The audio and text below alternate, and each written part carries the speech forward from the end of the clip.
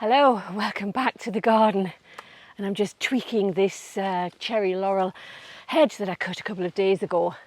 When you use hedge cutters, hedge trimmers like these on this type of hedge, it does leave a lot of jagged edges on the leaves and it looks quite messy. Ideally you would want to use clippers, something else, but when you have a hedge as long as this one, it's not practical, so I have to use hedge trimmers. So I go back in and I just use the tip of the trimmer to cut away all of the jagged edges that I've left, and it does tidy it up a bit. Takes a bit of time, but it's worth it to have a nicer looking hedge. But today's video is all about catching up on other jobs in the garden. First job is to plant a shrub that I dug out of the white garden, I think way back in February of this year. So let me take you around to show you where I'm going to plant that. First job of today is to add this buxus ball to the border. Yes, it's got lots of dead patches, big hole in the back, but I will position it in such a way that you can't see it. So I'm going to add it here. And all of these buxus balls that you can see, I've added those in the last couple of years and they were all dug out of the white garden.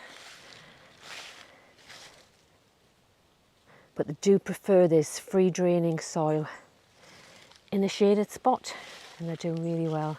All in different stages of growing back. I'm going to add one there. The hole's dug. I needed some help to carry this over. It's so heavy.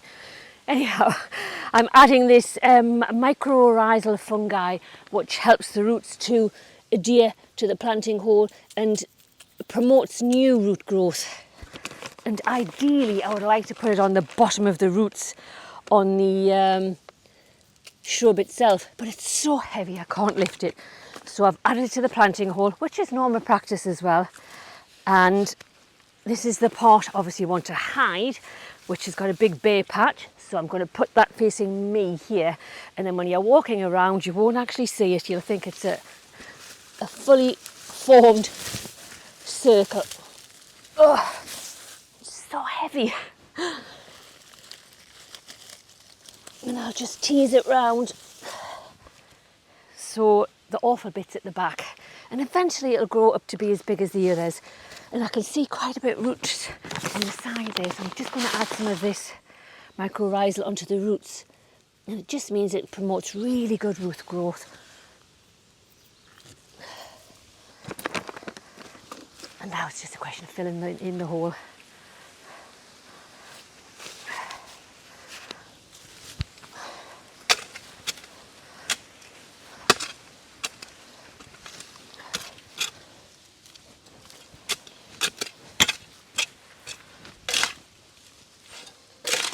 So just healing the plant in. I'll give it a good water. I've kept the level the same as it was in the pot.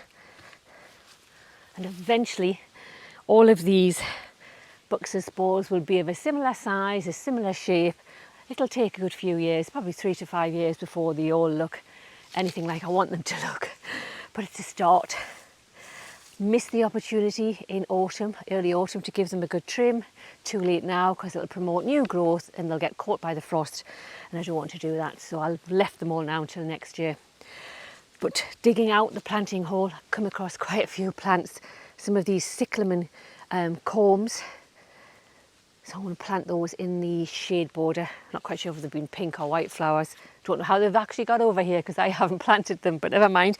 And also quite a few clumps of snowdrops.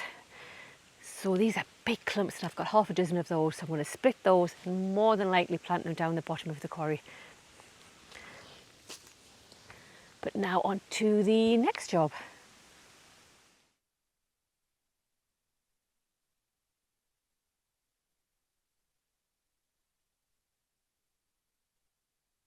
I've blown all of the leaves onto the grass. I'm going to add the bench seat back and make up some pots. So with Christmas in mind and winter, I'm going to add around this bench area a couple of winter pots and some Christmas lights. So the first thing in the pot is this cornice dogwood, and this is Baton Rouge. And I have several of these that I bought 6 months ago to add to the bottom of the quarry. And I haven't done anything yet. I haven't prepared the ground where they're to go. So I thought instead of leaving them in their pots all winter for next spring, when I'll probably get around to planting them, I might as well make use of them. The next one is a Leucotho. Again, bargain plants, not the best specimens. I've had lots of bits cut off them, but they'll be fine in the pot. Plus they'll also give me a lovely display eventually down the bottom of the quarry. I do like to buy plants out of season because that's when you get the best deals.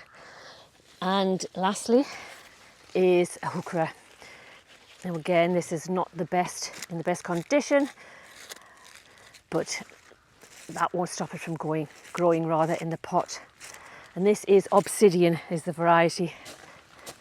So I'm just going to add that to the front.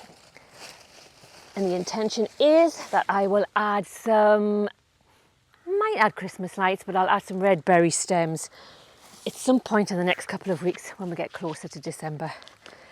The one plant I bought several of these a good few weeks ago now, are these heathers. Again, they're all reduced at the garden centre. They're all making way for Christmas plants, Christmas decorations. So you can get really good deals on things like this. And these heathers will last a good few months. All of these are hardy in my climate. All very hardy. So that's it. I think that looks really pretty. So what I'll do now is I'll fill in around the shrubs with some more compost and make another pot, and then I'm going to add some lights to some obelisks.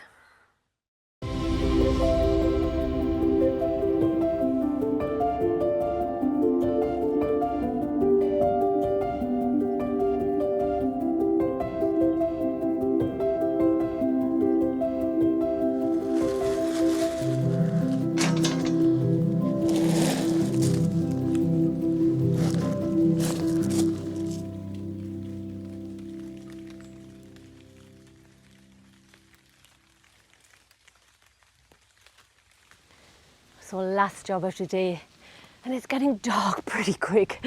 But one good thing is you'll actually see the results of this. If you have any obelisks growing frames like this, that you store over the winter, you could always make use of them for a Christmas decoration.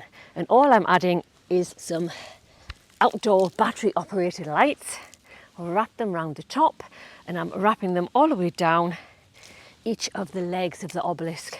I did try to go in and out originally, in and out, round and round and round. That didn't work. So what I'm doing is taking it up each side